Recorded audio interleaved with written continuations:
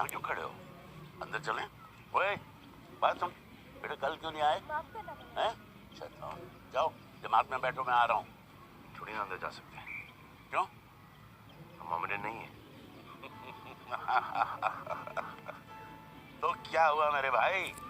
ये जगह सबके लिए खुली है, इसीलिए हम मस्जिद में कभी ताला नहीं लगाते। चलो।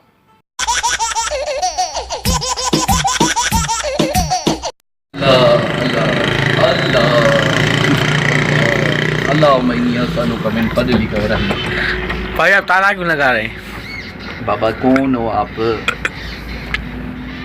बाबा ताला न हर तुम मानू चोरी कर जाएगा ना।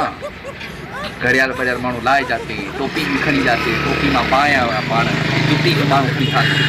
नहीं भाई, वो दिखाते हैं बजरंगी भाईजान में कि हम कभी भी मस्जिद को ताला नहीं लगाते।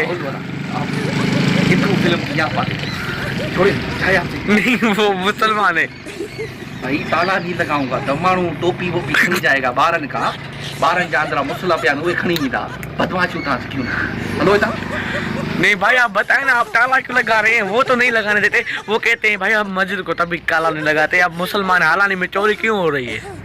बाबा गला के मैं इन ते तालो न हणंदम त बेली मुंहिंजो सामान अंदर डंदड़ बंदड़ खणी ईंदा।